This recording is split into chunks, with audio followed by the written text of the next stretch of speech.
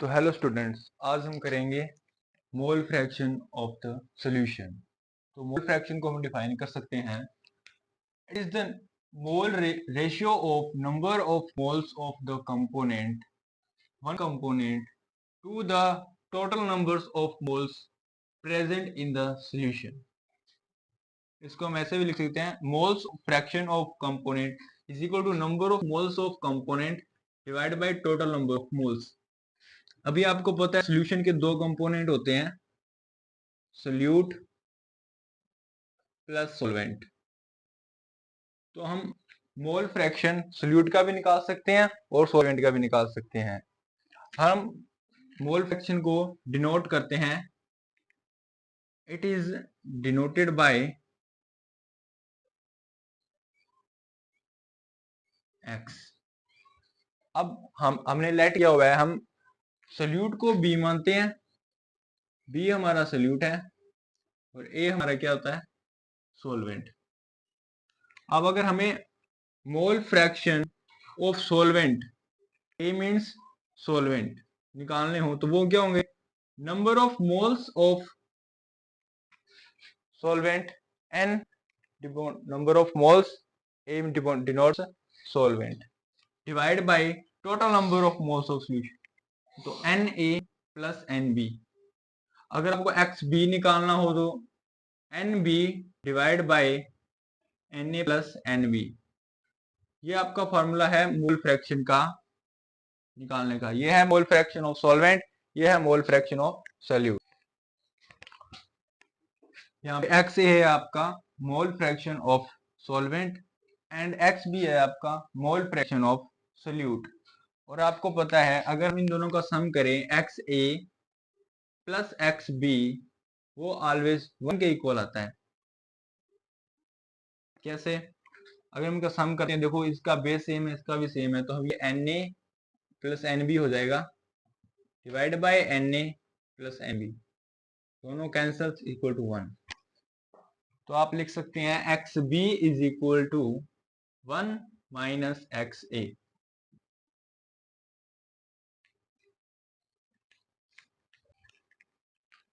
Hello student, अभी हम करेंगे numerical based on the mole fraction. तो हमें क्वेश्चन में क्या दिया गया, a solution is 25% water and 25% ethanol and 50% acetic acid by mass, ये प्रेजेंट है सॉल्यूशन के अंदर, and calculate the mole fraction of each component.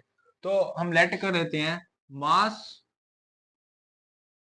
या हम लिख रहे हैं टोटल मास ऑफ सॉल्यूशन, हमारे पास 100 ग्राम है। तो हमें क्या दिया हुआ है, 25% वाटर है, means mass of water is equals to 25%, 25 gram. ऐसे सिमिलरली मास ऑफ इथेनॉल हम लिख सकते हैं 25 gram, and mass of acetic acid भी हमारे कितना होगा, 50 ग्राम। तो हमें मोल फ्रैक्शन निकालने के लिए सबसे पहले सभी कंपोनेंट्स के हम नंबर ऑफ मोल्स फाइंड कर लेंगे। तो नंबर ऑफ मोल्स फाइंड करने का फॉर्मूला क्या होता है, N is equals to given mass divide by molar mass of component. तो हम अगर पहले वाटर का निकालते हैं तो number of moles of water is equals to given mass है हमारे पास 25 ग्राम एंड मोलिकुलर मास होता है वाटर का 18 ग्राम। ऐसे similarly number of moles of ethanol भी निकाल सकते हैं।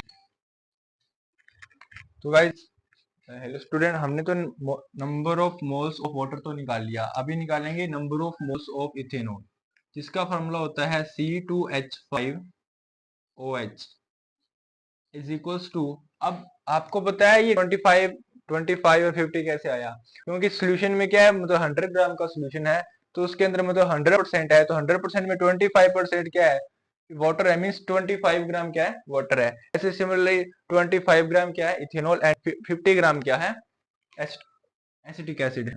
तो अब पहले हमें अगर number of moles of ethanol निकालना है, तो इथेनॉल का गिवन मास कितना है, 25। अब हमें मोलर मास नहीं पता, वो हम कैलकुलेट कर सकते हैं। तो इथेनॉल का अगर मोलर मास कैलकुलेट करो C2H5OH, ये फार्मूला होता है। तो इसमें क्या है, 2 कार्बन है, मतलब एक कार्बन मास 12 है, तो क्रॉस 2 कर देंगे, plus 6 hydrogen cross 1 plus 1 into 16, ये कितना आ गया, 24 प्लस 6 प्लस 16, 46 ग्राम इथेनॉल का मॉलिक्यूलर मास आ गया। तो इसको डिवाइड कर देंगे। फिर से हम निकालेंगे number of moles of acetic acid, जिसका फॉर्मूला CH3COOH। अब गिवन मास एसिटिक एसिड का कितना है, 50। अब हमें मोलर मास निकालना पड़ेगा। तो मोलर मास क्या होगा एसिटिक एसिड का, CH3COOH इज इक्वल्स टू, इसमें 2 कार्बन है तो 2 क्रॉस 12 प्लस 4 हाइड्रोजन तो 4 क्रॉस 1 प्लस 2 ऑक्सीजन है तो 2 क्रॉस 16, तो कितना आ गया, 24 plus 4 plus 32 is equal to 60 gram. तो हम इसको 60 से डिवाइड कर देंगे। अब इनको कैलकुलेट करने के बाद आपका आंसर आ जाएगा, जिसमें इसका आ रहा है 1.388 and number of moles of ethanol आ रहा है आपका 0.543 and number of moles of acetic acid की वैल्यू आ रही है 0.833। तो अब हम निकालेंगे मोल फ्रैक्शन। हमें क्या गया, each component means mole fraction of water भी निकालना है, मोल फ्रैक्शन ऑफ इथेनॉल भी निकालना है and mole fraction of acetic acid भी निकालना है। तो ये क्या बनेगा इसका formula, mole number of moles of water divide by total number of moles. अब हमें सॉल्यूशन में 3 कंपोनेंट है, water, ethanol and acetic acid. तो क्या करेंगे, number of moles of water plus number of moles of ethanol plus number of moles of acetic acid को हम divide कर देंगे। तो इसकी वैल्यू क्या आएगी फिर, अब हमें पता है number of moles of water कितना है 1.388 divide by 1.388 plus number of moles of ethanol हमने कैलकुलेट कर लिया 0.543 प्लस में number of moles of acetic acid भी कैलकुलेट कर लिया जिसकी वैल्यू 0.833। अब इसको सॉल्व करके हमारे मोल फ्रैक्शन ऑफ वाटर आ जाएगा। सिमिलरली हम इसको सॉल्व करेंगे तो इसमें क्या आएगा, number of moles of ethanol divided by total number of moles of solution, ये सेम ही आ जाएगा यहाँ पे। तो इसकी वैल्यू क्या आएगी 0.543 डिवाइडेड बाय दिस टर्म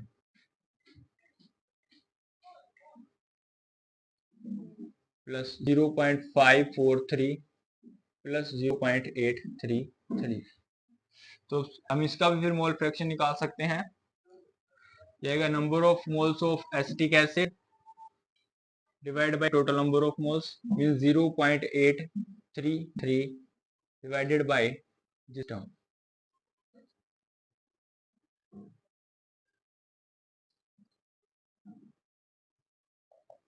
अब इसको कैलकुलेट करने के बाद नंबर ऑफ मोल्स आ जाएंगे, जिसके इसका आ रहा है 0.542 and mole fraction of ethanol आ रहा है आपका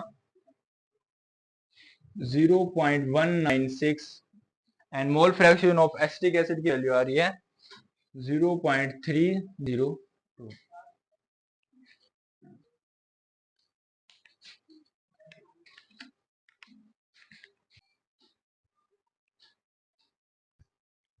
तो गाइस ये आपका था मोल फ्रैक्शन का टॉपिक। ये न्यूमेरिकल हो गया है और आप इसे न्यूमेरिकल बुक से और ट्राई कर सकते हैं।